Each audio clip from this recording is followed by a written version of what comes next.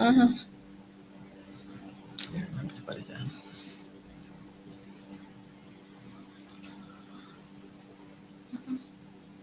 Yeah, Bigfoot is there.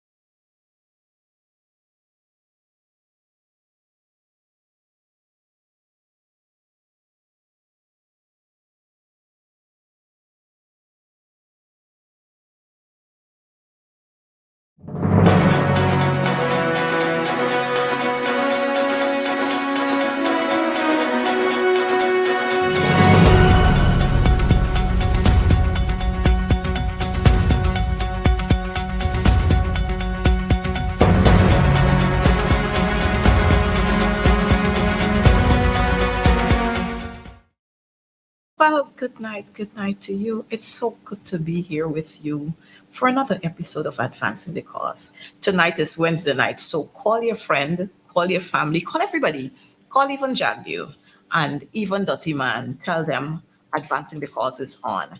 And we're going to be in for a really, really good thrill this evening. On Advancing the Cause this evening, I want to share with you very quickly. As a matter of fact, let me say we're going to send out birthday greetings first to all our lovely, lovely, lovely, wonderful viewers who have celebrated their birthdays yesterday, today, day before yesterday. Happy, happy birthday to you. And we trust that God is going to continually bless you and to ensure that you have the guidance you need to continue advancing the cause. Yes, times hard, things tight, but with life, we can move forward. And then to those persons who have lost loved ones, we want to extend to you our sincerest condolences. I know our very own vice chairperson here for the PNCR, Miss Elizabeth Williams, she lost her father. Condolences to you, Elizabeth, and the rest of your family members. We know it's not easy, but God will see you through. And to everyone else who would have lost loved ones, especially the mother in Bartica, whose son was killed by a PPP counselor's son. That's so sad.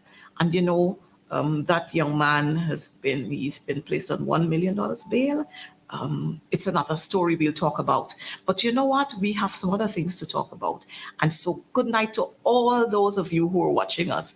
My friends, we out there in Switzerland, those in Turkey, those in Paris who are watching us, those right around the Caribbean, and everybody who's watching us. Good night to you and encourage your other friends to tune in to Advancing the Cause. Tonight, we are going to be talking about the conference and the VP. Miss Blair, good night to you. Yes, the conference and the VP. So listen out for that. But we're not going to go into too many updates for tonight. We're going to incorporate those in our conversation because we have a very special guest who we want to bring on screen with us. I would want to say at this time, he is the man of the moment. Like when you have weddings and you say the man of the night or the man of the moment, this is the man of the moment. And I know before, yes, he wasn't creating havoc or he wasn't creating storms, but people I don't know, just the sound of his name, or maybe when they see the first letter of his name, it sends shivers down their spines. And so we're going to bring right on Mr. Rickford Burke, a very patriotic Guyanese. Rickford, good night to you. I Good. love that smile. None of the moment. Wow. Good night to you. Thanks for having me. Good night to your listeners. Rickford, you're no stranger to this program. And Absolutely not. I know tonight I've chosen a very, very wild topic for tonight, the conference and the VP, because we recognize that since the ad and the notice of this conference has been publicized, the Vice President of Guyana, Barry Jagdeo, he has gone wild, he has gone mad, and I'm not sure what else is left for him to say about this conference. But before we talk about the conference, I just want us to look at what is happening here in Guyana. I know you folks get some updates from time to time, but look at what is happening here in Guyana. In Guyana, we have operated this Bora thing.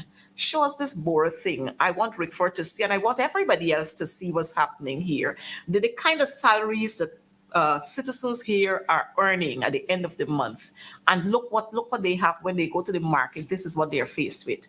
This is what they're faced with in the market: $1,200, equivalent to $6 US. Now you understand, Rickford. I'm not sure if you would understand, but the people in Guyana would tell you that if you have a family of five, that there can't be enough for your stew. Huh? If you're gonna do Bora stew, then that's not even good enough for you and your husband or your wife. Much more if you have a husband, a wife, and two children, just two children. So it's $2,400 alone you're talking about for Bora. You have not yet spoken about the meat, whether it's fish or beef or chicken or even chunks. And you've not yet spoken about the rice and the oil and the seasoning and so on that you got to put there, the shallot and the celery and so on. Right, Rickford, tell us, give us your thoughts on this. Well, first, the country doesn't have sound economic policy, and what is happening is that inflation. There's inflation taking place all around the world as a consequence of COVID, and then the backed up chain supply of goods to be transported around the world as a result of COVID. And then you have the war in between Ukraine and Russia, creating havoc again in the world economy, and we have inflation. And uh, one of the I think elements that has added to the inflationary impact that we have in Guyana is the fact that the government has been giving out money while. This, excuse me, this is the first government in the world I've seen literally going to the bank, taking out hundreds of millions of dollars, packing it in somebody's car trunk, purportedly sending those monies that they withdrew to be distributed to people without any checks and balances, without anything. You could take half the money in your car trunk and take it home. Nobody knows. And as the Auditor General shows, there's massive corruption in Guyana with some of these projects. And so we have inflation, we have runaway prices, we have your money you have has less value because when you go to the stores, like it doesn't make sense. Look, in order to feed your family with this, if it's a family of six, you need 1,200 by six, I guess. And as you said, you have to add the rice, the meat, and the other seasonings and so on. And so by the time you're done, you're spending what, $10,000 on to cook a meal for the family, and then if you're working for $60,000, you have electricity that is about $30,000. You have your rent, which is another $20,000 to probably $40,000, and you see exactly want to know how people live in Guyana. And it is only by the grace of God and help from family abroad that people are living in Guyana.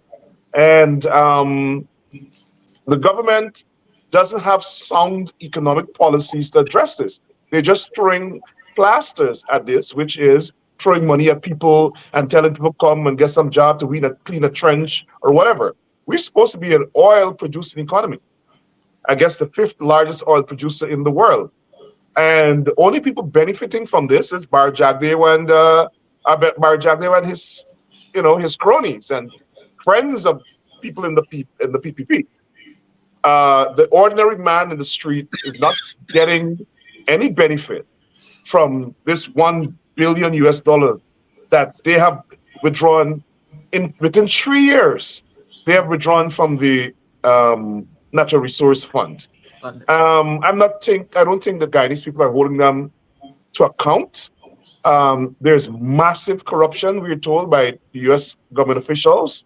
Massive corruption, which they're monitoring.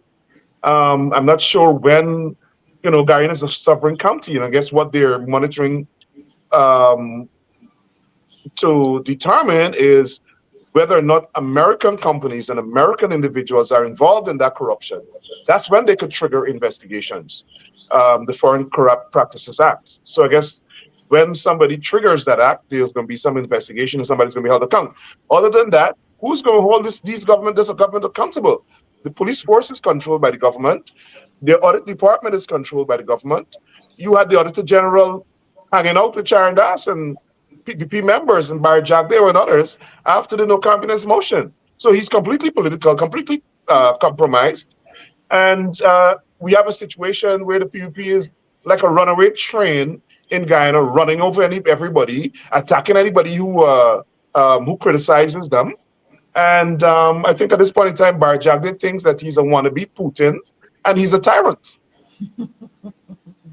But Rickford, this issue of the Bora, this is what we grow right here in Guyana. We grow in Bora, right in Blackbush, right at Mahika, right somewhere in Region 3, in Blackbush, Pole, and so on. This is what we grow right here, and that's $1,200. So you could imagine how, let's look at the lowest class of work, maybe a sweeper cleaner, who's carrying home $70,000 per month, and let's weigh it down to being a single parent.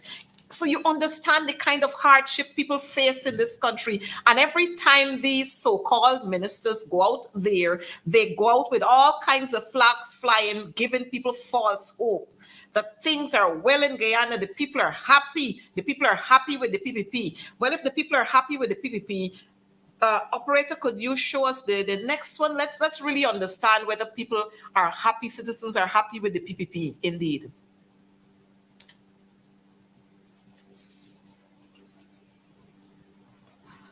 This one here, the sugarcane workers. This one here that you're seeing, Rickford and viewers, this one here is water that residents in North Timeri, this is what they're receiving. This is what is coming through their taps. North Timeri. And I want any one of the ministers of housing and water to doubt this. This is what the people are receiving from their taps. Operator, the next one. So if you want to tell me that citizens are happy with this, then I don't want to. Ashton today, hoping you could see the people that you supposed to be here. Find 5 minutes of your time, Mr. President. Come and see we come for fight. Come and see we. 5 of us are going to come and reach you. And listen to we concerns. You know why?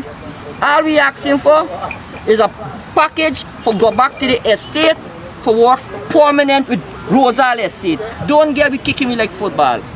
Mr. Sipan Narain, straight talk, I'm fighting for calling him. Sit down there and accepting all the wrongdoing that the sugar corporation doing to the worker. They say sugarcane got the ignorant, but the ignorant is done. And straight talk, let me clear some of the area, y'all. This has got nothing to do with politics. Because the first time Mr. Sipan and Ryan gonna tell we at the second meeting or the first meeting with Guy Suko, over y'all had a parliamentary member there writing placard. And we jump down his throat and you stop. This is about politics. This is about the man come and show his support. Because the struggle that we, the people of Guyana, going through. And we will do this until you realize your conscience and your sense and you represent the sugar worker and all the category worker that you are betraying and you're collecting the money. Because even if I work tomorrow one day, see around you get $281. Come on, we just 16 years striking a peaceful protest. So, Rickford, the people in Guyana are happy. And so I don't know if this video is they like to say photoshopped. I don't know if this one was photoshopped, but this is what was happening today. Today, the sugar workers are on protest. Today's their 16th day. They were in front of the office of the president today. As a matter of fact, they went to their union's headquarters, GAU's headquarters, and they said they were locked out, chains were placed on the gate. So if Jagbio want to tell us that the people in Guyana are happy, and Anil Nandalal want to tell us that the people in Guyana are happy, then I figure these persons are lying on them. Well, the unfortunate truth about this is that those sugarcane workers will be taken care of. I guarantee you, the government is going to give them what they want because they're their political supporters. If they were black people protesting against black opposition supporters or opposition supporters, period, protesting in front of office of the president, the police would have been called in and to remove them. But, you know, we have two standards in Guyana. East Indian supporters of PUP are treated one way, and black people and other opposition supporters are treated the next. There's no justice. They're not entitled to anything. They're second-class citizens, and that's what the PUP is trying to establish in Guyana. I want to come back to the Bora.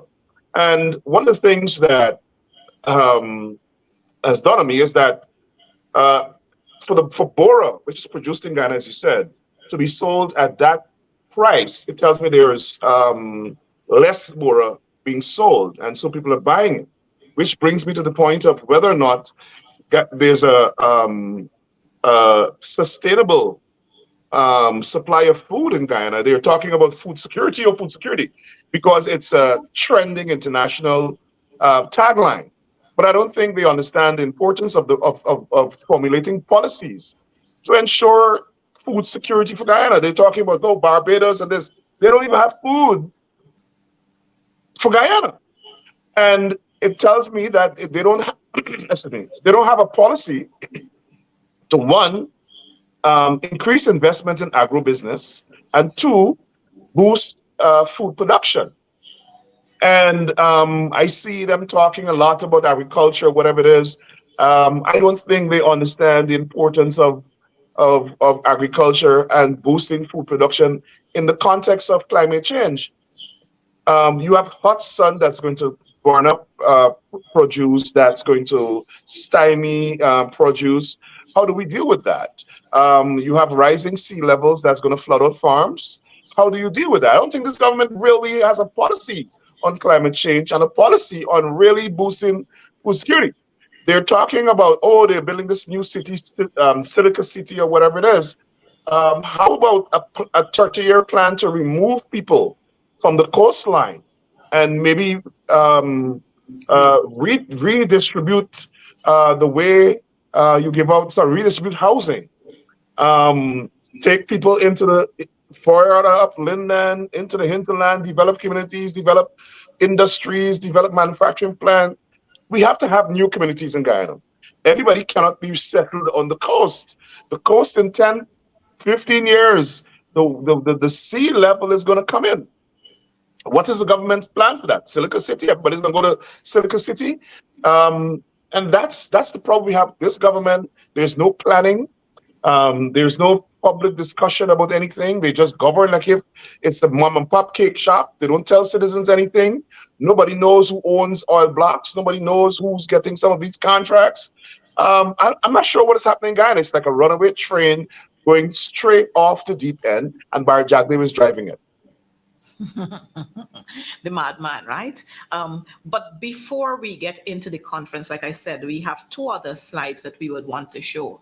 Rickford, I don't know whether people going crazy or people just saying things, or maybe they're caught off guard, they're not prepared. I don't know what is happening, but listen to this one coming from the installed president. I mean, sometimes you wonder. Listen to this one. Viewers, listen to this one. My work with the opposition is my work with every area conceived or perceived to be an opposition area. That is why I will go to every community and I'll meet the people directly. I'll win from bottom up. I will embrace from bottom up. If the top doesn't want to embrace, the bottom is embracing beautifully. And that is what I want. I want the bottom shift. Any foundation that shifts, the top will have to shift. And the power of the bottom, the power of the people at the grassroots, the power of that foundation is shifting. And that shift would eventually cause those even though don't want to shake hands properly. But there are your diehards who will not shift unless the leaders decided they should shift. That is moving rapidly. I can assure you, it is shifting with beauty and grace. What stops you from reaching out to the opposition leader directly and say, "Sir, let's talk"? Why about is one there thing?" something stop me? What stopped him from reaching out? What stops you two? I reach out. The man refused to shake my hand twice. What do you want me to do? Bow before him? He's God? That's the only thing you can do in terms The of opposition leader is not God. The first thing you must know, the first thing you must do. Neither of you is. No, I'm not. That is why I reached out humbly trying to shake his hands and he refused. I tried humbly, Chabral, to shake his hand and he refused. But that's the only mechanism. Oh my God. If you can't shake the hands of a humble man, what else would you do? Furthermore, let me tell you something. Let me give you another example of reaching out and what reaching out constitutes. I consult with you and you go to the court to stop the consultation. I consult with you and you go to the court to stop the consultation. Let me give you a third example. Here's the third example. You're a follower of the Bible? Yeah. What's the first thing you have to do? Not confess your sins? Yes. All I'm asking him to do is confess his sins and his sins of trying to rig the elections. Oh, is that too difficult? Confess that. Is that a precedent? First of all, he's oxymoronic. He just said that Aubrey's not God. Then Chabral reminded him he's not God either. And then he turns around and says, Aubrey must confess the sins to him. Well, we only confess sins to God. He needs to take a seat. He's not God. He's more a fool and a clown than God. That's how he sounds to me. The other thing I want to say is that the opposition leader went to court to stop the so-called consultation because he was acting using the consultation process as a proxy to rig that process. And so what he was doing is abusing his authority. The Constitution requires meaningful consultation, and the Caribbean Court of Justice described what meaningful consultation is in their ruling with regard to the appointment of the Elections Commission. And that's across the chairman of the Elections Commission. And that process applies to everything. That's the standard. Meaningful consultation means meaningful consultation. They're the ones that went to Caribbean Court of Justice. They're the ones that got the judgment. So they have to now abide by the case law established by that ruling. He's not doing that. He's just saying, come talk to me, whether I agree or not, if the opposition leader asks for time, information. He went ahead and made the appointments during the process. So he's being very deceitful, dishonest as usual. You know, PvP is synonymous with dishonesty, so he can't help it. It's name and nature. The other thing he says is that he tried to reach out and the opposition leader refused to shake his hand. Well, first of all, he's very simplistic. He's a simpleton. That's not what consultation is, trying to shake somebody's hand out at some event. I mean, could you believe it? The president of a country is deeming meeting the opposition leader out at an event and trying to shake his hand, reaching out and consulting. The law requires him to do two things. The law requires him to consult with the opposition leader, whether he likes what the opposition leader does in terms of their personal interaction or not. He has to. Secondly, the law requires that he must consult with the leaders elected by the people. He has to consult. He can't choose who he must consult with. And that's the problem. The PvP believe that they're superior. They believe in racial supremacy. It's like the KKK and some of the racist people in this country. So they want to choose who they consult with. They want to choose who the black leaders they consult with. They want to choose who the opposition leaders they recognize. For instance, you have a whole parliament, they're one seat majority. They're one seat majority parliament. They instead of recognizing the authority of the largest block of MPs, 30 or 31, I think, or 30, remind me, they chose a party that has one member in the opposition, one ONE, to make the deputy speaker when the laws require the deputy speaker to come from the opposition. They're disrespectful, they're contemptuous, they're cantankerous. And we have to stop it. Something has to give in Guyana because we're adding pressure. We're adding pressures like a pressure cooker. We're adding stuff, we're adding heat, we're adding stuff, we're adding heat. There's only so much this little pressure cooker could hold. And at some point in time, the whole lid is going to blow off and we'll end up with a failed state and civil conflict. This government is determined to incite civil conflict in Ghana. Don't worry about all the nonsense that Orphanal is talking about. They want to have a confrontation with the black community, so maybe they could wipe us out like Jack Dare's era. Jack Dare's government did, killed out 1,400 black people, no investigation, no justice. They are determined. Maybe they have plans to separate the country. I don't know what it is, but they're not stopping. And something has to stop them. They are indeed disrespectful. They are, let me, I don't even want to say what I want, but it seems to me they want bloodshed in Guyana. They're inciting racial hostilities. Every single thing they do is a confrontation. Have you ever seen Bar Jack there being conciliatory? All of the black organizations are complaining. Have you seen them reach out to talk to the leadership of these black organizations? They're contemptuous of black people. They don't believe that black people are a part of Guyana. They think we're second-class citizens and we don't deserve anything once they're in government. And they're dead wrong, and we have to stop them. If they don't want to stop, something has to stop them. And let me say this. You talk about reaching out to the grassroots. That's not what the Constitution, the Constitution requires. He's the president. He has to fulfill the provisions and the requirements of the Constitution. But in addition to that, if they perceive that an organization or a group is against them, their strategy is to break up the group or go and install their own people as a substitute or alternative for that group and go around the group. That's not governance. That's not governance. That's imposing supremacy and ethnic dominance on the country. We must all reject it. They are the government now, even though they're installed, they have to govern for everybody. They have to deal with the people who the leaders who the people elected to represent them.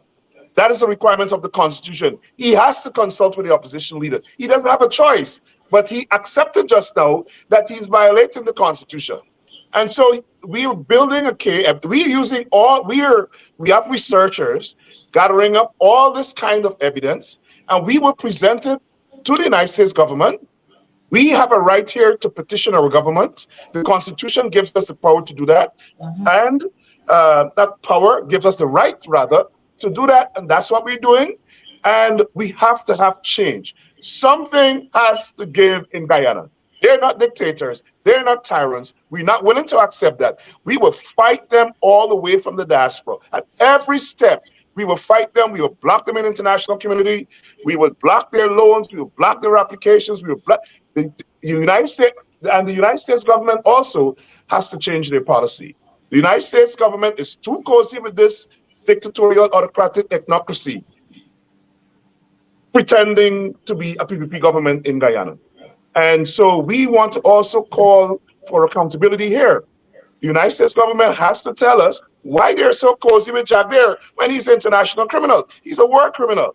His government has killed people. He admitted it at Roger Lunchan's funeral. Why isn't he being held accountable in the international community? And so that's why we're having this conference. We're going to be very frank, but I don't want to jump the gun. You're the moderator here, so when you ask me the questions, I'll answer. But I just wanted to underscore the fact that Orphan sung as a president, he sounded like a fool more than a president there. Well, Rickford, while you were speaking there, our viewers here, they are saying he's asking Aubrey to confess his sins, but they're asking why he doesn't confess the 19 fraud charges. And, Therefore, go ahead. and why doesn't he confess to the murder and the murder of 1,400 black people by his government, by his party's government? And why doesn't he confess to the racism and the racial discriminatory policies that they are practicing every day? Let him confess. Let him go before his Lord, whoever that is, and confess that they're racist. Confess that they're killers in the PPP. Confess that they've murdered over 1,400 young black men, and there's not been any justice. Let him atone for those sins and let them pay reparations Apart from to the that, family.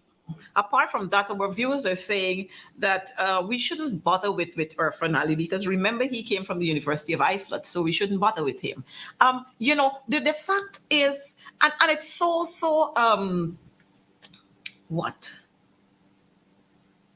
They're so worthless and wicked with themselves that everything that they do is all right. When they were in opposition, I remember we had the tape, we played it last week, I think it was, when our friend Ali was in Parliament and he was asking what has happened to collective bargaining.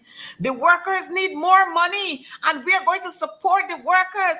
And here now, the very workers, those that you saw there today, work the sugarcane harvesters. I sat with them there for about 3 or 4 hours today. They came from Berbice. They left home at 5 o'clock this morning. They had nothing to eat. Some of them had some, maybe some roti and some pumpkin, with them. But most of them had nothing to eat. They hadn't water. They hadn't anything. We supplied that for them.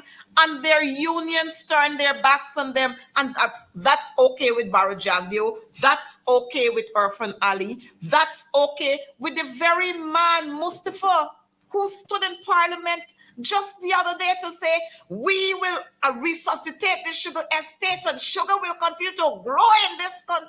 I mean, those people who sleep at nights, I wonder sometimes whether those people sleep at nights. And here we have the sugarcane harvesters who have been protesting for 16 days and not a word from the government. Today they told them Irfan couldn't speak with them because he's otherwise engaged. They took them to Freedom House sometime last week and they filled them with a whole lot of empty promises. Viewers, I want you to understand that you can get nothing substantial from the PPP. They believe in issuing crumbs to people. They believe in empty promises. They believe in dividing people. They believe in setting up phantom squads and killing people. That's how they operate. And so we shouldn't believe anything that comes from the mouth of Barajagdio or anybody from the PPP. Or Fanali, worse yet, because he's a puppet. He's a clown. And that's what we're going to continue to call him because he doesn't even understand some of the things he says sometimes, And it's amazing that you have a president who went to an international forum on more than one occasions and couldn't pronounce words, simple words he couldn't pronounce. Now tell me. And then, he's advocating that we should have Spanish in schools, that Spanish must be taught in schools. I wonder what he going to be saying.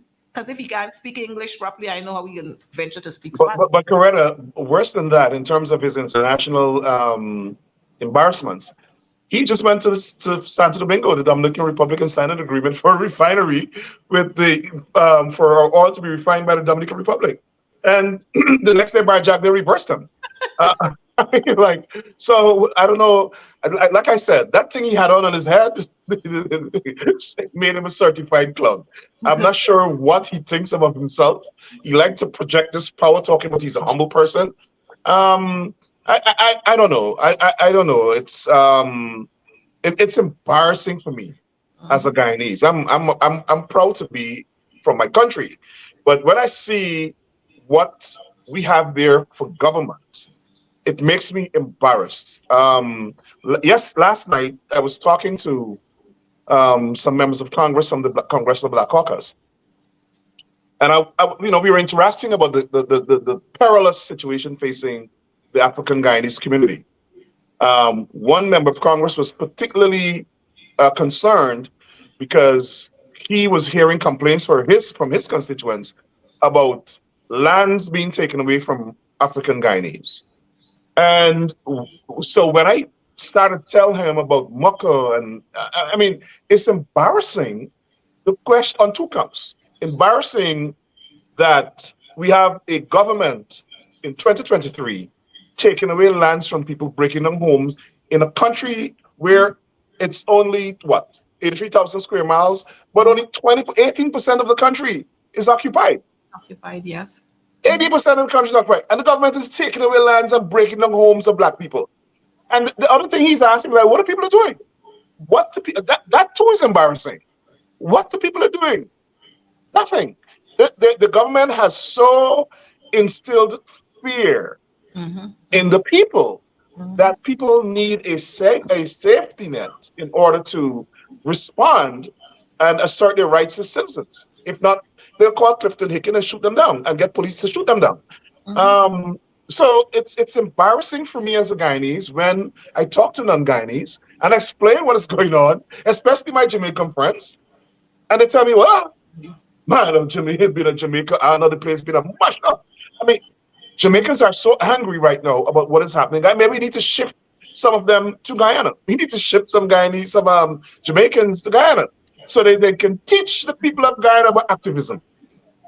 Well, you know, Rickford, I don't want us to speak too much on that because they might put a ban on Jamaica or they might impose visas on Jamaica like they did with the Haitians. Probably. And, you know, Haiti is a part of CARICOM, and the kind of rigorous treatment or the bureaucracy for them to get a visa to come to Guyana, you can't imagine.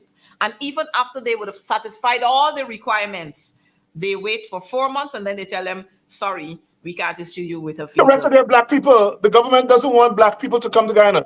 Do you know there had to be an intervention for Nigerian medical students to come to Guyana? The government was sending them back. This government is contemptuous of black people, whether they're black Americans, whether they're, unless you're supportive of them, unless you can, they find favor with you.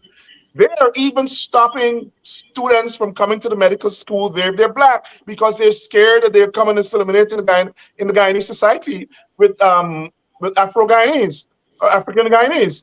This government is racist. Look what happened in St. Kitts. Sorry, with the Vincentians. When they had the volcano, the government refused to take them. Why? Because they're black people.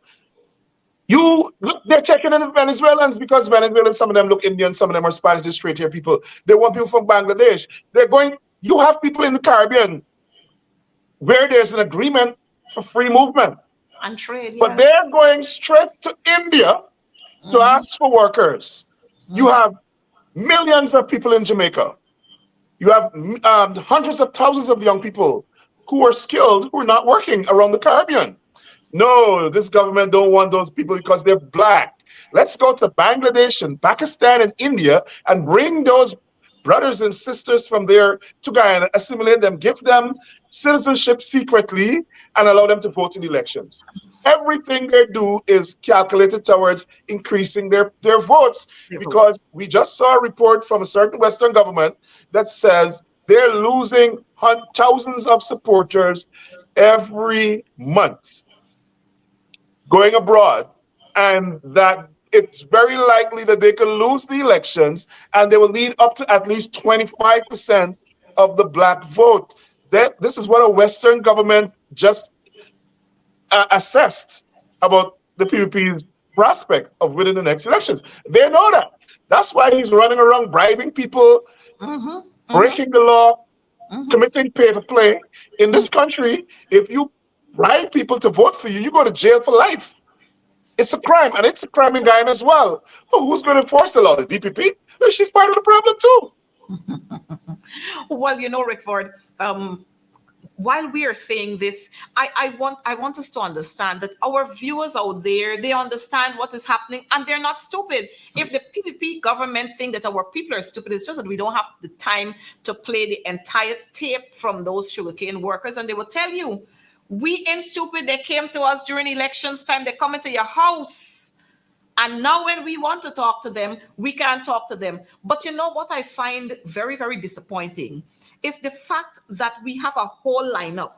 Mark Phillips, well, we had Sam Hines first. We got Mark Phillips now, who's Sam Hines' twin brother. We got Joseph Hamilton. We've got Hugh Todd.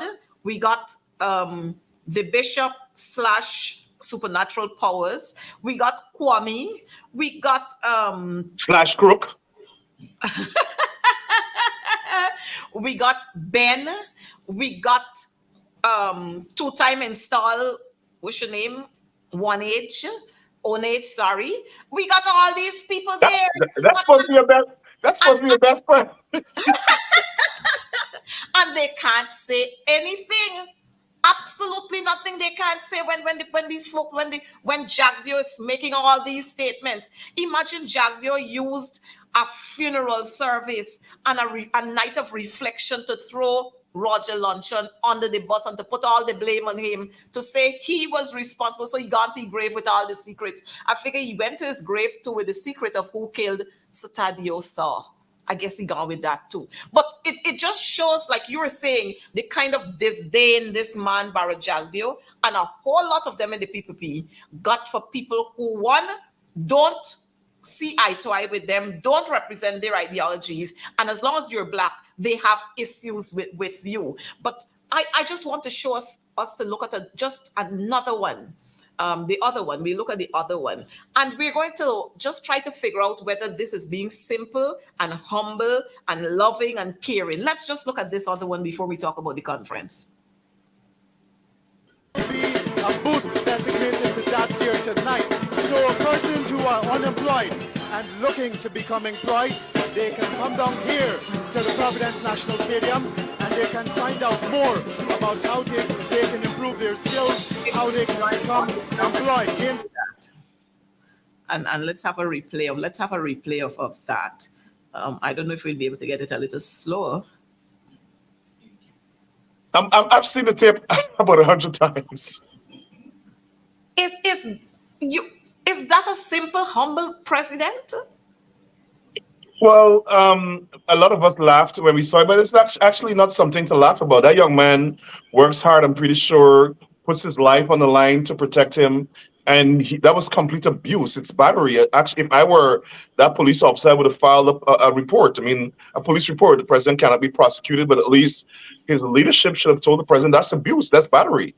It's disgraceful. You will never see anything like that in the international community. Who abuses their security officers? But it's, he was so excited to see the white U.S. ambassador. They worship white people. Like, they put us in government. We love them, So how dare you come between me and the ambassador? So he just tossed the young man once. It's abusive. It's disgraceful what happened there. And civil society, one of the things that upset me is the silence of the society. It's deeply, deeply disturbing. Very worrisome that people in Guyana accept these things, accept wrongdoing. If President Granger had done that, the entire society would have condemned it. But the PPP is such a tyranny that people are scared.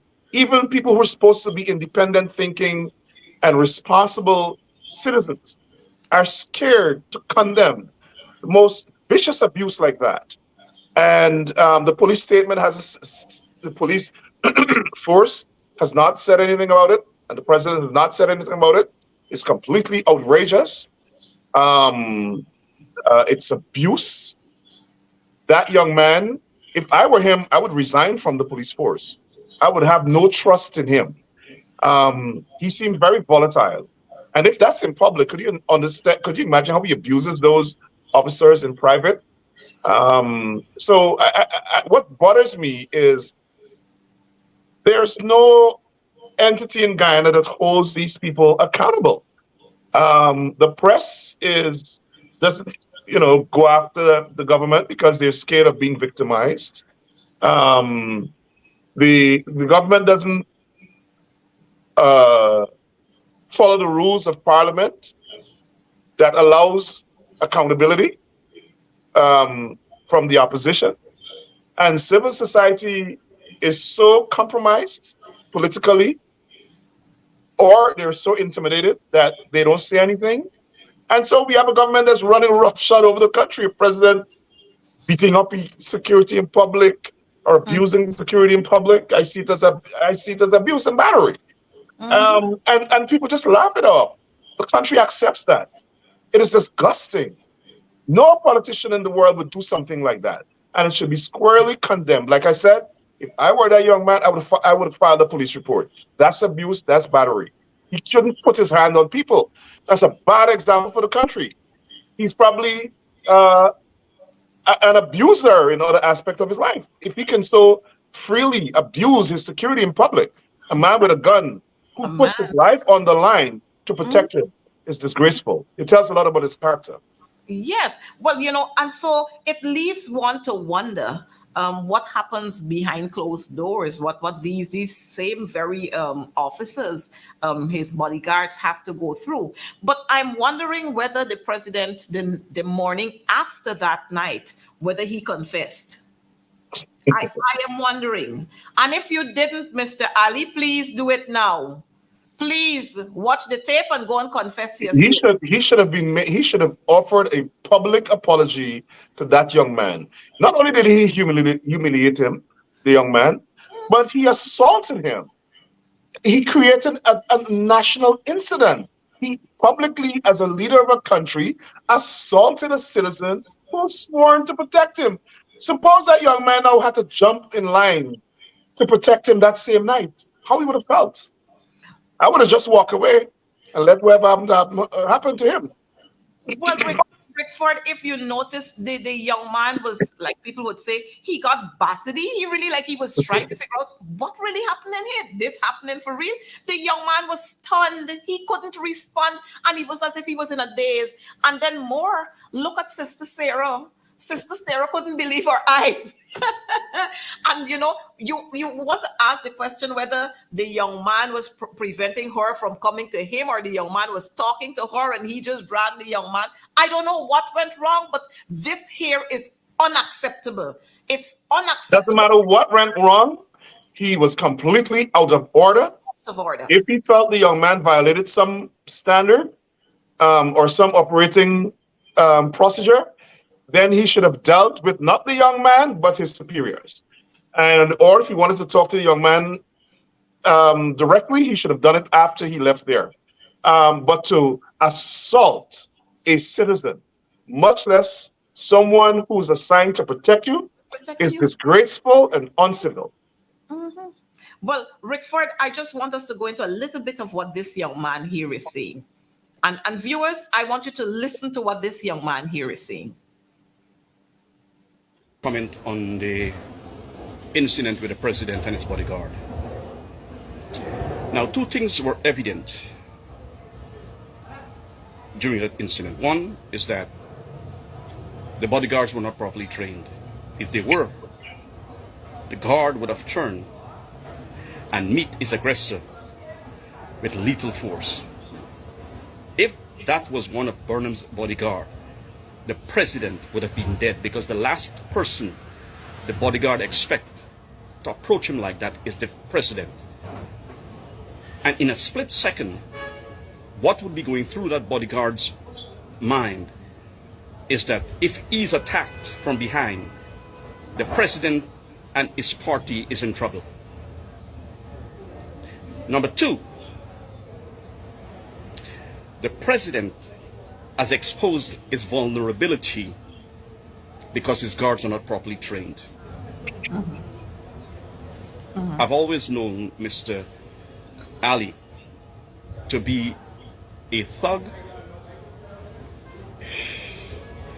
a gutter rat, and a junkyard dog. Thanks. I saw how he handled the lady in Bartica. And I heard him said some things in Dubai that Guyanese are very tolerant. How can you say Guyanese are tolerant when Guyanese have you in court with 12 matters at a time, expressing their discontent with the way you're handling their resources. Thanks, Philip. Well, Rickford, that's those are the opinions of a viewer.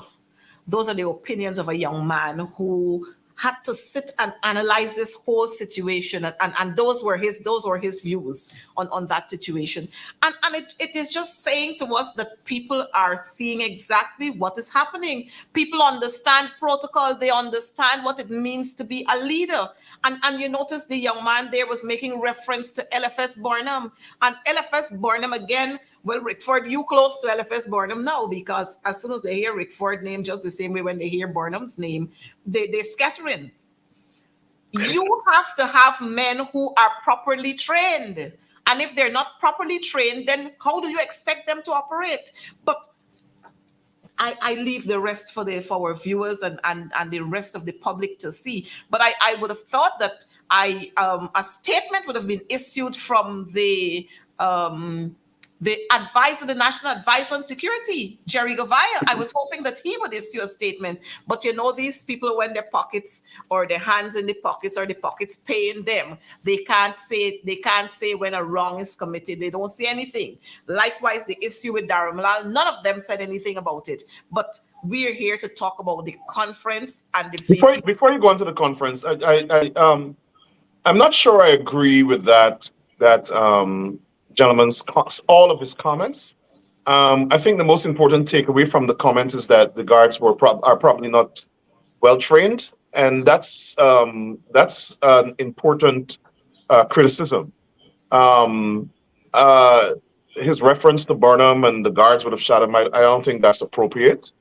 Saying that the guy should have shot the president, I don't agree with that. I think that we can all condemn the president's abuse of the young man. I think we can all agree that the guards probably need to be retrained or properly trained. And we can also agree that having committed wrong, the president should have apologized to the country. And he should. I'm calling on him again to apologize to the country. He displayed a streak of violence there in public, and he should be held accountable. You cannot abuse people. You cannot abuse citizens. You cannot hit people. And I'm not sure what happened, what triggered it, but his behavior and his conduct, the president's behavior and conduct, was highly inappropriate and abusive. He violated the law. He assaulted a young man, and he should be held accountable for it. Yes. So I am happy that you're clearing this up, and like I said just now, those are not our views. Of course, everybody's entitled to their opinions, that young man. Right. But it's saying to us that the guards are not properly trained, and that's the bottom line. Secondly, it's saying to us that regardless of what happened there, the president should not behave like that. And so we're going to join in our call in asking that the president apologize to this nation for bringing into disrepute the office of the president. It's unacceptable, and we cannot. And for violating the law. Yes. He assaulted the young man. You are not humble, Mr. President, when you can abuse one of your own bodyguards. You're not humble, and we will not accept less than that from you. So please, one, go and apologize. Two, not only to the nation, and to the young man, and two, you must confess your sins. Confess and admit that you did wrong. Just the same way you're asking other people to confess, you must confess your sins too. And so we're going to go right into the topic that we want to discuss tonight, the conference and the vice president. Operator, I don't know if you have those pictures that you want to show us. Maybe if you have a picture of the vice president, because I guess lots of persons don't know who the vice president is. So we'll want to show a picture of the vice president, and while Rickford will talk to us about this conference. So Rickford, if you're going to please take the lead with the conference, tell us where this conference is going to be held, the time frame, and who's hosting this conference, and what it's all about. Well, thanks for the opportunity to answer the question. The conference will be held in Washington. It's called the Washington Conference on Guyana. It will be held in Washington, D.C. from September 27th and 20 to 28th, a two-day conference. The conference will be convened by a group of an umbrella group called the Combined Guyanese Diaspora Organizations of the United States.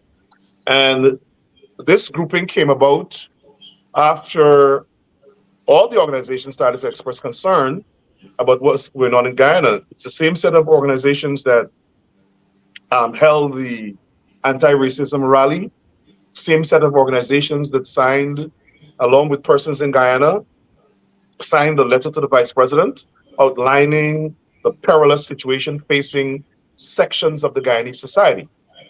But what motivated this conference is the fact that the situation in Guyana is getting from bad to worse. The PP government is not prepared to pull back from the brink of oppression. Sorry, pull back from the brink of disaster. They want to continue oppressing Black people in Guyana. They want to continue with racism. They want to continue their racist policies and practices. They want to continue racial discrimination. They want to continue taking away Black people's lands. They want to continue with this policy of ensuring that Black people don't benefit. Look at him. He looks like something that came in from a spaceship. Yes, I was just going to introduce the vice president to our viewers. That's the vice president. That's the vice president there. Just in case you didn't know, that's the vice president. And in addition to that, we made an assessment in the Guyanese community here that our representations to the Biden administration have not been taken seriously. And at some levels. And let me tell you what angered the Guyanese community in this country. And we have a serious problem. We're trying to calm our people down. When Secretary of State Anthony Blinken went to Guyana, praised the PP government, not once expressed concerns that the vice president of this country expressed. She has twice said, called for inclusive growth, inclusive governance.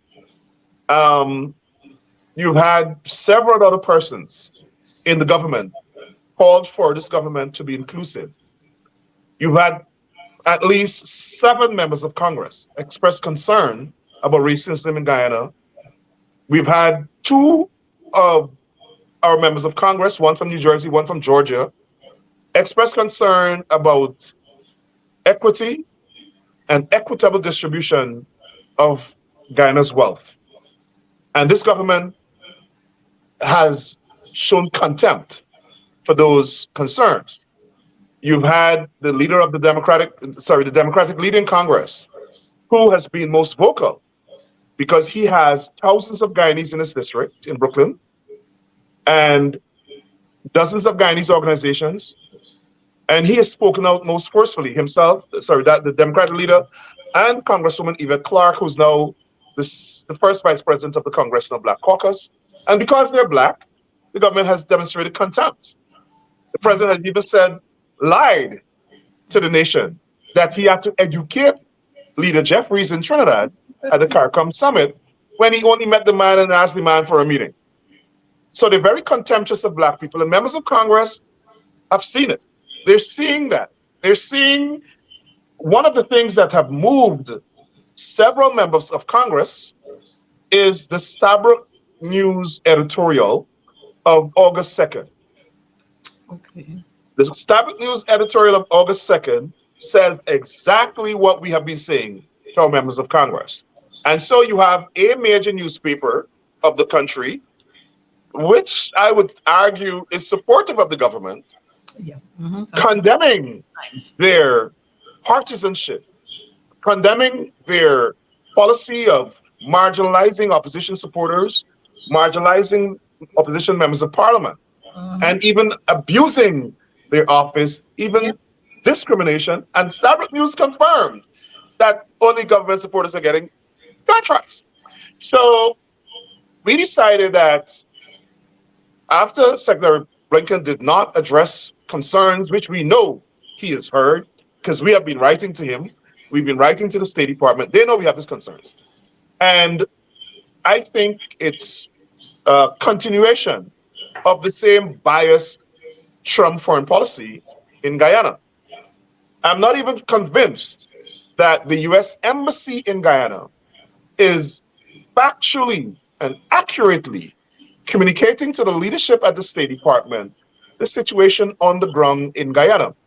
And so we decided to have this conference to sit with our elected officials and government officials to discuss how do we promote through US policy inclusive governance, inclusive growth, equity, social equity, equal rights and justice, the ability for everybody to benefit from the oil and gas proceeds, revenues from in the country, and for policies that the U.S. have to promote sustainable development for all Guyanese, which means ensure that all Guyanese benefit from the resources of the country and the economic prosperity of the country. Right now, that's not happening. And the Barjada exploded. We've been planning this conference with our elected officials all the time. And 1 month before, we decided to announce it because we wanted to be confidential about what we were, about the plans we were making, so that we would have saboteurs. So now that we've announced the conference, Jagdeo is going crazy.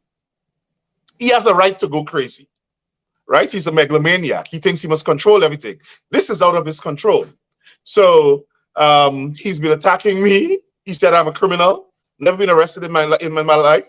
Jagdeo was actually arrested by Suku. He said that CGID is a criminal network. Well, the PPP is a criminal enterprise. Half of the cabinet of the last PPP government was charged with crimes, fraud. They're involved in all sorts of underworld activities. They're like a mafia organization. They're involved in extrajudicial killings. So I think he is projecting, but we're undaunted by his attacks. He's threatened the conference. He's threatened elected officials. We've passed that information on to the FBI and Washington police. We've met with both entities since. And the conference will go on. The conference is not necessarily to discuss this situation in Guyana. That's not what the conference is for. The conference is being held with the situation in Guyana in background, but for us to discuss how do we together, how do we, diaspora, US government, maybe private sector, work together to foster the objectives of the conference, which is equal rights and justice, inclusive governance, inclusive growth, ensure everybody benefits from the resources of the oil and gas sector, and promote sustainable development in Guyana for everybody. One of the things that we will concentrate on is equal rights and justice. The United States government has to take a look at the death squad killings. We're not going to let it go. You don't get to just kill Black people, label them criminals, and say that the world must dismiss those murders. No. One of the things that we will insist on at this conference is accountability for those extrajudicial killings. And Barjada keeps confirming the crime, because he apparently is arguing, not apparently, he's arguing that these people who were killed were criminals. Well, if they were criminals, the Constitution outlines a process for them to meet justice, which is they should be charged. The government should present evidence to support those charges, all elements of those charges in a court of law. Then they should be judged by a jury of their peers. And then the court, if they're convicted, will impose a punishment. That's the process. So Jagdeo and his cronies in the PPP don't get to just classify somebody as a criminal and kill them. And that's what happened. And I want to ask PP supporters who like to jump on social media and say these people are criminals. How about if somebody decides to designate you a criminal and kill you? How would you feel? How about if somebody just say one of those government ministers is a criminal and get somebody to execute them. Would that be justice? No. Would I be jumping up and down fighting for justice for that? Yes. And so we want justice for these people who were murdered. I want to tell Bar Jagdeo, he has sleepless nights coming. Until the day he dies, he will be haunted by these deaths, and we will pursue justice. And I'm convinced that someday we'll get justice. I want to assure all those families in Guyana whose family members were murdered by the death squad. We will keep fighting for justice for you. I want to assure the family of Ronald Waddle, whose son is my brother, my friend. We will keep fighting for justice for Ronald Waddle. I want to assure the family of Courtney Comewing, who this PPP government officials from this government were investigated for Courtney Comewing's murder. Never any justice. I want to assure the mother and other relatives of Courtney Comewing, we will fight for justice for Courtney. It cannot be that over 1,400 young black men were murdered by a death squad, and this country's populace is just satisfied that, yeah, Bar Jagdeo said they're criminals and so they must be killed. It's going to happen again. It's unacceptable. Bar Jagdeo was responsible for the government that formed those death squads. The United States government believes that he was actually involved in the operation, had knowledge of the operational details of the death squad. The United States Justice Department presented evidence about the death squad in court, showed government involvement. I sat in court and heard the testimony presented by the United States government, demonstrating and establishing that the PPP government was involved in the formation and operation of the death squads.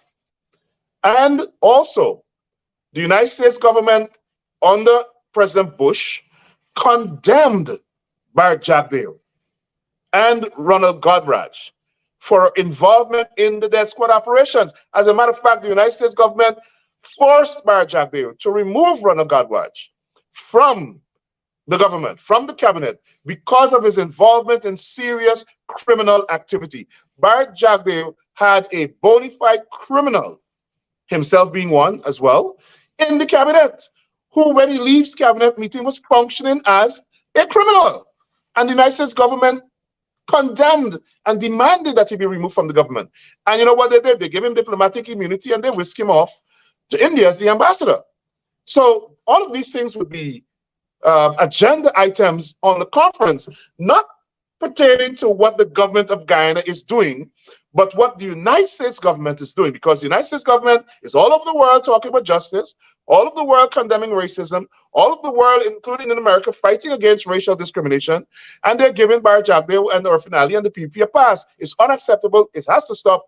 Our position as Guyanese organizations is that the United States has to do an introspection with regard to its foreign policy in Guyana, and there must be changes. This government cannot be cozy with the United States government, with the Guyana government, when there are killers in the government. This government also has to re-examine its geopolitical strategy with regard to Guyana. Guyana is cozying up to Russia and China, and the United States foreign policy, one of the United States foreign policy objectives is to limit the influence of China around the world. And Guyana is facilitating Chinese attempts to rise to prominence around the world. And it is unacceptable. It's inconsistent with US foreign policy. And we believe that the genuine partnership that the United States is seeking with the government of Guyana is not going to materialize, not going to be realized, because this government is secretly aligned with China. And when you check Chinese conduct around the world, you find that China, in order to get business done around the world, the Chinese give out a lot of money. And that's why Bar Jagdeo apparently loved China. He loved him some China a long time. That's why we have Sue as the middleman. And according to Vice News, collecting his bribes, right? So all of that will be discussed at the conference. But most important, this conference is not about Guyana. This conference is about U.S. foreign policy in Guyana. This conference is American organizations petitioning their government, which is a constitutional right, to re-examine the policy in Guyana and come up with a pragmatic one that acknowledges the realities in Guyana. It's a country that has a government that is probably the most racist government in the Western Hemisphere. It's a country that has a government that is extremely corrupt, one of the most corrupt governments in the world. The government of Guyana is an ethnocracy. It uses the resources of the country mostly for the benefit of its ethnic collective. This government is dispossessing Black people of lands. This government is disrespectful to U.S. African-American politicians. All of these things must be addressed. It cannot be ignored anymore. The State Department, we believe, has been contemptuous of Guyanese in this country that voted for the Biden administration. And we have a groundswell of anger throughout Guyanese community, particularly in Georgia, particularly in Florida, particularly in New York, particularly in New Jersey, with the Biden administration. And people are mobilizing to not vote. We cannot allow that to happen. We've been discussing this with our elected officials. President Biden only won by 12,000 votes in Georgia. We're over 55,000 Guyanese in Georgia. I'm pretty sure out of that 55,000, about 30,000 or more vote. And they have to vote. And we cannot vote for anybody else but the Democrats. And therefore means that the Democrats who are in government must address our concerns. And it is within that context that this conference is being held. Well, you know, Ricky, if you're watching my background now, it has changed. And that is because Guyana, the fastest growing economy, GPL just gave us power outage because they feel they don't want our viewers to listen to Rickford Burke. They don't want Rickford Burke to speak, and they don't want advance the cause to advance the conference that is coming. But I want Barra Jagdeo and his cohorts to know that whether you give us power outage in this part of where I am, the folks will continue to watch and we will continue to improvise so that our message can get out there. No Barra Jagdeo, who likes to call people criminals, will not stop us from advancing the cause. We will continue to do what we have to do. Exactly. But, you know, I find Rickford, it is easy for Jagdeo to call Rickford Burke is a criminal. He lives in a basement. Well, you know, I didn't want to say anything before, but I must say it now. I've had the opportunity to visit Rickford Burke and to visit his home. And I can tell you for sure, for starters, he doesn't live in a basement. Viewers, he doesn't live in a basement. And if you had the opportunity to go to Rickford Burke's home, you wouldn't want, from the time you step in front there, you wouldn't want to leave. And if you were to go inside, then man, you would ask Rickford for you to stay there. So let me set the record straight one time. Rickford live in a basement. He drives one of the best vehicles they got in America, and his home is a home. His home, or the house that he lives in, it's a home, and it has a whole lot of love inside. Not like it has 3 levels. But Coretta, it is not the fact that Barra Jagdeo says that we live in basements. I think what Barra Jagdeo wants to do is follow the playbook of the KKK, which is to stereotype and profile Black people. He doesn't understand the serious nature of his hate speech, and he doesn't understand how repugnant it is to us here in America. He's following the footsteps of the KKK that murdered hundreds of thousands of African Americans. He's using their jargons, he's using their language. And now his entire conduct is consistent with the KKK. The KKK raped people. They burned people alive. They murdered people. They had death squads that roamed the country killing black people.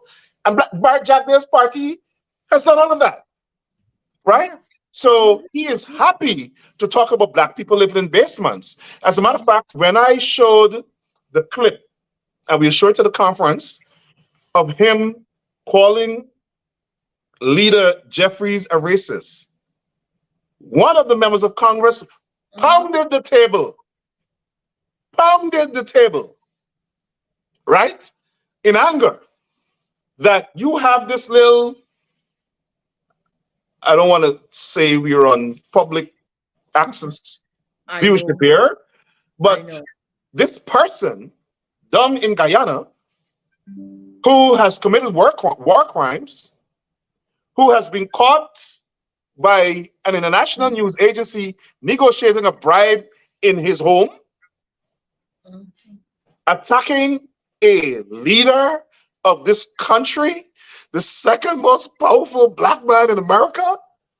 It is because he is inherently contemptuous and racist towards black people. He's a congenital racist. He despises people in authority who are black, that he can't control, that he can't buy out, and hates the fact that we here have access to powerful people. It's a part of his whole concept of ethnic supremacy. Like, how dare Rick Burke and these black people in Brooklyn talk to Kamala Harris, the Vice President of the United States, and talk to the Attorney General? How dare we're the only ones that's supposed to do that? We're superior. You know, he feels that he could go and hire a lobbyist who can lie for them in Washington. We don't have to hire anybody. We just gotta make a phone call, ask for a meeting, because we interact with our elected officials. They think that's contemptuous. How dare these black people have access to that kind of power? Us in the PvP alone is supposed to have that power. And the fact that he's so obsessed with this conference tells me he's guilty.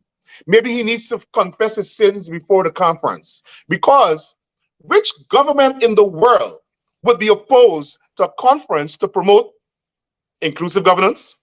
We're wondering. Inclusive growth, equality, equal rights and justice, social equity, and the promotion of sustainable development for all citizens. If I were the government, I would embrace that. But everything for Bar Jagdale has to be confrontational if you don't agree with him. It has to be a confrontation. You are not, as a PvP supporter, you can't benefit nothing from this country. You're not a PvP supporter, you can't talk. And every Guyanese who's talking around the world, we must control them. Right? Everything. This guy eats, sleeps, wakes, anger, confrontation, violence. That's Bar Jagdale. That's Bar Jagdale. He's not programmed to say, okay, these diaspora organizations are complaining since we came to power. Let's meet with them. Let's hear their concerns. Oh, no, we don't have to meet with black people. We don't have to meet with those black people that live in basements in New York. How dare they talk about what's going on in Guyana? We in Guyana must talk for ourselves. Did you hear him? Completely disrespectful to the diaspora, saying, oh, we don't care about them, we care about the people home. And the other thing he's cursing us out for, he's suddenly an American constitutional law expert. He's saying we're breaking US law by having a conference. Again, you remember the government's position when the Coffee 250 was having the conference on the merging apartheid state? How dare you black people get together to have a conference on us? It is illegal.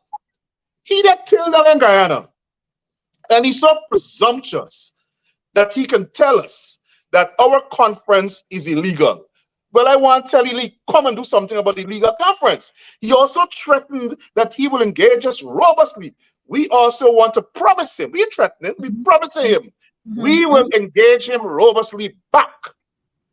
And I want him to know that anything he can do, we can do it better in the diaspora. We're not those people in Guyana that you guys intimidate. You try to intimidate us, we come back, we come stronger at you. We're undeterred. We will have this conference. We will talk with our U.S. government officials, and we will make sure that there's a shift in U.S. policy. It must be more pragmatic, it must be more realistic, and it must promote fairness, equality, and equity. And over the last 3 years, U.S. foreign policy in Guyana has not promoted that. They have built on the same bias, some people might call it a different word, Trump foreign policy. And it's unacceptable. It's unacceptable. And our elected officials have to listen to us. That's the requirement of the Constitution. Well, they don't have to listen to us, but they have to provide an opportunity for us to express our views. And it is through conferences and meetings and such engagements that you communicate your views to your elected representatives. It is a requirement of the United States Constitution. We have a right to petition our government, and we don't have any foreign principles. We're not representing anybody in Guyana, government or opposition. We are representing ourselves. We have a view, and we will express it fearlessly to our elected officials and our government officials. And we will demand results. We have very tangible outcomes that we're looking for, and we will ask the United States government for. Barry Jagdeo apparently is very much aware of it, because we had a draft document which is not necessarily accurate, but we deliberately circulated it, and that's what he's running on. And it's good that he's running on it. But I want to tell them, if they're concerned about the conference, address the issues the conference will deal with. They're right now, Coretta, are systematically taking away people's lands. They're going through the land registry and looking at black cooperatives that have land, and take it away, take the lands away. They're looking at individuals, black citizens, and take away their lands. Soon as they came into power, they attempted to take away the land of Cartier. They attempted to take away the land of Sevons. They attempted to take away the land belonging to Kojo McPherson's descendants in West Coast Bolivia. Who the hell do these people think they are? They're greedy, they're covetous, they're cantankerous. Ghana has so much land. Why the hell?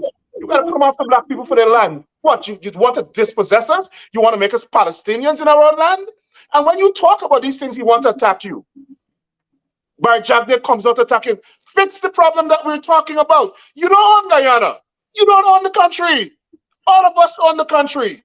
Black people own Guyana. East Indian own Guyana. Amerindians own Guyana. Mixed race own Guyana. Chinese, Europeans, all of us own Guyana. There's enough land for 1 million people. Why they have to come after black lands?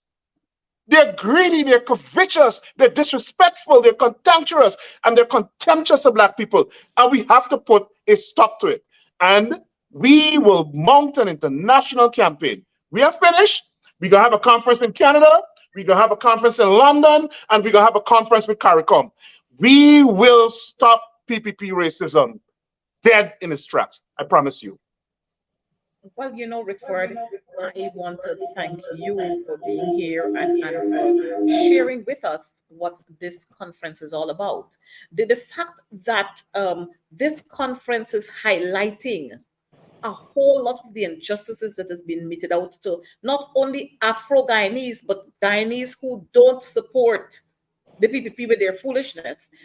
They're afraid that you're going to have not only persons within the US, but that you're going to have Guyanese, bona fide Guyanese citizens who live here in Guyana and who are experiencing these injustices going to be they're going to do presentations there. So they're afraid of all of that.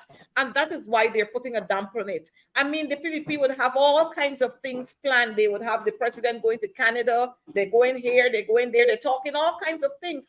And we don't try to put any damper on their programs. So why is it that they're afraid of this conference? It is because it will expose them even more to the wider world so that persons would understand and persons would get a clearer understanding and know-how of how the PPP operates. I can say to you and to our viewers, schools are going to be reopened come Monday, the 4th of September. Teachers had to distribute the cash grants that they distributed the same Monday, I think it was, when the 1 week before, as a matter of fact, 1 week before the local government elections, teachers had to distribute $40,000 in cash grant to each child.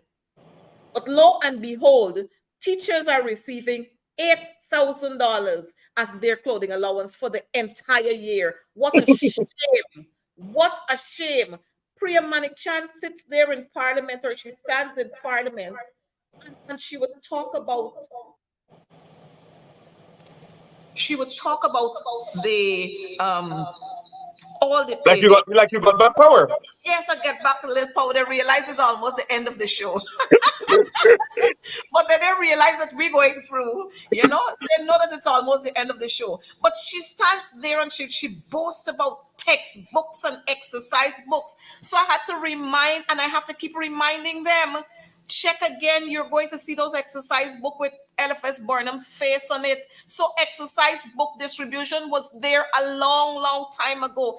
These people always come up like Christopher Columbus, little brother and little sister. But I'm happy that we are having this conference, which will highlight the beast, the PPP, the demons who are masquerading around. This conference will bring to the shore, so that all and sundry will understand that Guyanese people are under threat under the leadership of the PPP. And also, Coretta, before you go, because of the threat from Barry Jagdale, we've been meeting with all sorts of law enforcement officers and intelligence personnel in this country.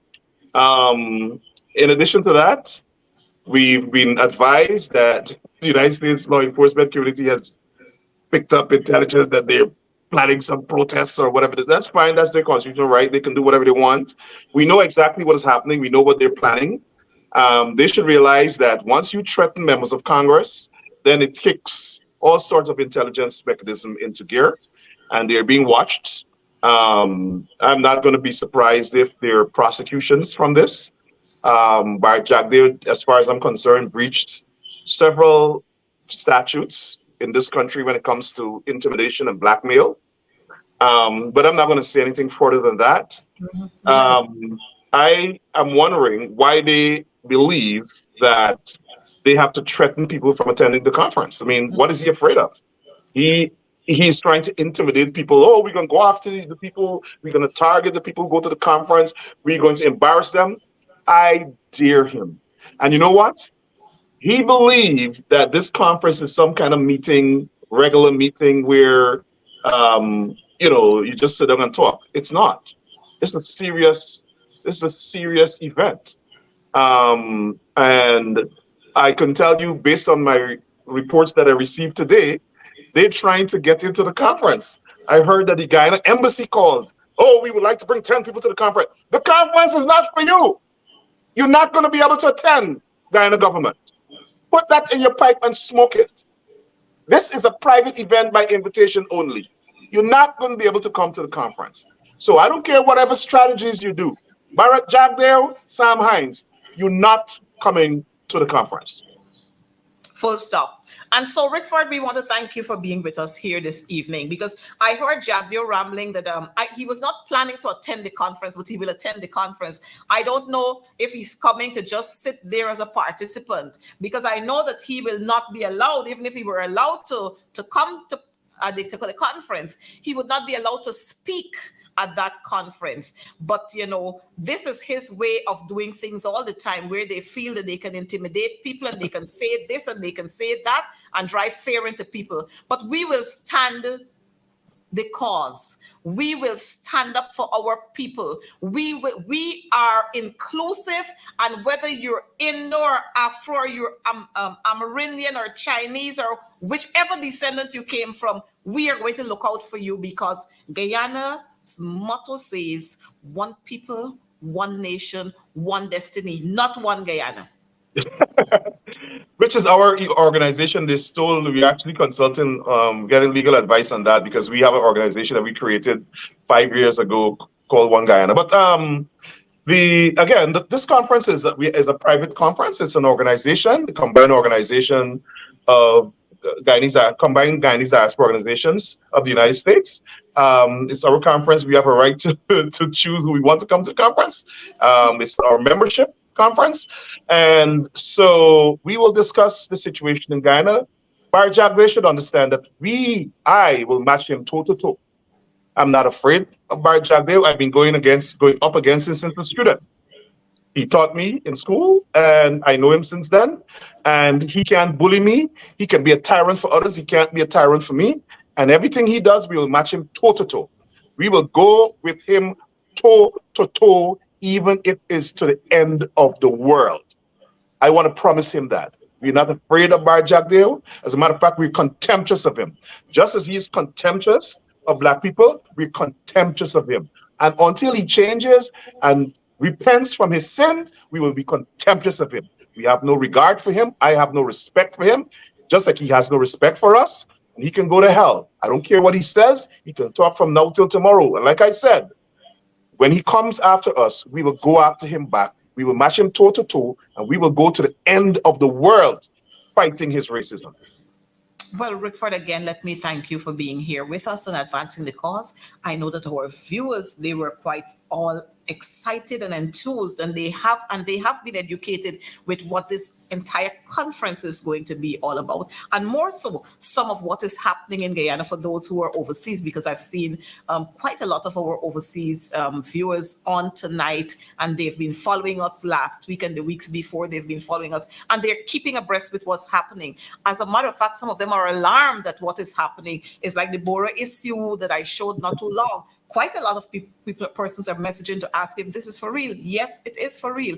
And you know, Rickford, outside of the conference and the Bora issue, we have a dengue outbreak in Guyana, and you don't see these people. You know, long ago you used to have the tractor with the fogging machine and so on, fogging out the areas. Well, I guess because local government elections, they would have come and gone, and they didn't get the results that they want. So they mean that they're going to do anything to suffer the people of Guyana, to suffer the people of Georgetown, to bring suffering to the people in Linden, in New Amsterdam, in Bartica, in Madia, and every area that the people did not vote for them. But let me tell you, you're up for a fight. And the people of Guyana will not forget you. The sugar workers will not forget what you're doing to them. The teachers will not forget. The mother in Bartica whose son was murdered will not forget you, and his siblings, they will not forget you. And so are the thousands, the hundreds of Guyanese young men who were killed. Their families will not forget you and their children. So you're in for a rollicking time, PPP.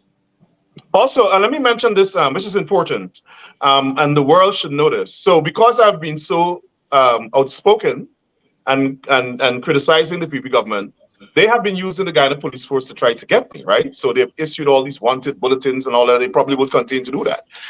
That will now be an agenda item at the conference, and later on we're scheduled to discuss this at the White House.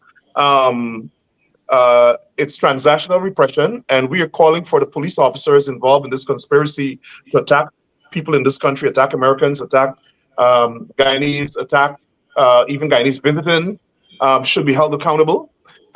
They think that we don't know. We've been very much engaged with the FBI on this issue. You know, the FBI has been very cooperative, alerting us, meeting with us, giving us advice. They'll be at the conference as well. And I want Guyanese people to know this, that they should not be intimidated by the Guyana police force, corrupt officers of the Guyana police force. This issue is going to become front and center, and it's going to become an international issue. We are aware that they are in Guyana trying to get people to make allegations against me and others in the diaspora who have been outspoken. This is what the government does. They think that they can't engage us intellectually, they can't get us, they can't kill us. So what they're trying to do is now frame us with crimes, and it's so impossible to frame. We live in America, you can frame us here. But that's what they're trying to do. We have affidavits. We have built a very substantial case of them trying to frame people who are on talk shows here. We have a Guyana police force officer, senior officer on tape, trying to induce someone to frame people in America. We have affidavits from people who they have approached. And I'm not going to say much, but we have evidence. I'm not just talking. U.S. law enforcement has evidence. They have tape recordings. And that's a matter that's going to. And in America, they take a long time to build a case. But we're observing what's happening. We know what is happening. And at some point in time, those police officers and the government people who are involved in this conspiracy will be held account by U.S. law enforcement. Everybody heard the Attorney General of New York warn them about this. And the next step we'll take is that we will meet with the U.S. Attorney General. We'll meet with all the attorneys general to talk about this. The other thing that we're looking at is intelligence people who are coming to this country, potentially to spy on Guyanese. That's a crime in the United States. And all of this is being discussed in the run-up to this conference. And that's all I'll say about that. But we know what they're doing. They're trying to use the Guyana police force to get to me. That's why Barry Jagdev is building this narrative that I'm a criminal. We understand that what they did is after we started being in 2020, when we got U.S. government officials to condemn what was happening in Guyana, they got together with some people in the police force, government officials, and decided that they would put out these wanted bulletins and say that I'm a criminal so that my credibility could be destroyed. It's only boosted it. It has backfired. And they keep putting out these wanted bulletins, which is fine. They can do that. But they will be held accountable as well. And we know what they're doing. They're telling people they're bribing people in Guyana to make statements against me. It is so stupid because I don't live in Guyana. If I commit a crime, the crime would be prosecuted in the jurisdiction where I live. So if I commit a crime, the US NYPD will be knocking at my door. FBI will be knocking at my door. As a matter of fact, they wrote the Department of Homeland Security asking them to arrest me. And the people threw the letter in the garbage. So, like I said, we're ready for them. Everything they do, we have a response for it. I want to tell Barry Jagdev, everything you do, we have a response for it. You want to use law enforcement to come after us? In the process, if you break the law, we will report that to U.S. law enforcement as well. Well, again, viewers at me, thank you for being here with us. We have to do another episode of this coming closer to the conference because I know lots of beans are going to be spilt right here. I noticed, Rickford, beans are being spilt on you. And we have a man who's been breaking, and now we're breaking his silence all over again. And so he's trying to throw up all kind of thing. The same dirty man, Nigel. So he was telling people the other day on his Facebook page, Coretta McDonald waved some dildo at him and told him that was for his sister. That's for his sister. I don't know. I hope that he wouldn't take a long time to break his silence on the allegation that the indigenous young woman made against him, and that he will not take even longer to break his silence on the issue of the repainting of the house, the bedroom, and the rearranging of the furniture. Nigel, don't take too long to break his silence on that because you seem to like breaks. So everything he's breaking his silence. He's breaking his silence. I don't know what he's breaking, but he's breaking his silence. Don't take too long to break your silence on these issues here. And you sound very, very childish, Nigel. That the issue of dildo and so on, that passed a long time. If Coretta tell you something about your sister, then you have a right to respond to Coretta, not to respond to somebody else. So you don't make sense, Nigel. You don't make sense. And all the nonsense that y'all feel you could throw, we've already seen past. We've seen past those. Priya, everybody, we see past all of those because all of them got heaps and heaps and heaps on them, and they still want to throw their dirty linens around. But viewers, thank you for being here. I know we went 20 minutes past our time, but it was good gaff. Rickford, we'll talk to you again. And viewers, stay. Thank you for having me. And Nigel is a little man, so he should stay in his category as a little man. Have a good night. So viewers, be good. My folks in Timeri North, be mindful of that water. Don't use that water to drink. The folks in Georgetown, I recognize that we're having water monitoring of water. It cut off at this time, come on at that time, and sometimes you get the brown water. So be mindful of how you use that water. Be mindful on the roadways. Within 6 hours, we lost 8 teenagers. So let's be mindful. Do take care. I love you, Guyana, and we'll see you again next Wednesday for more on advancing the cause. The conference and the VP. Good night to you.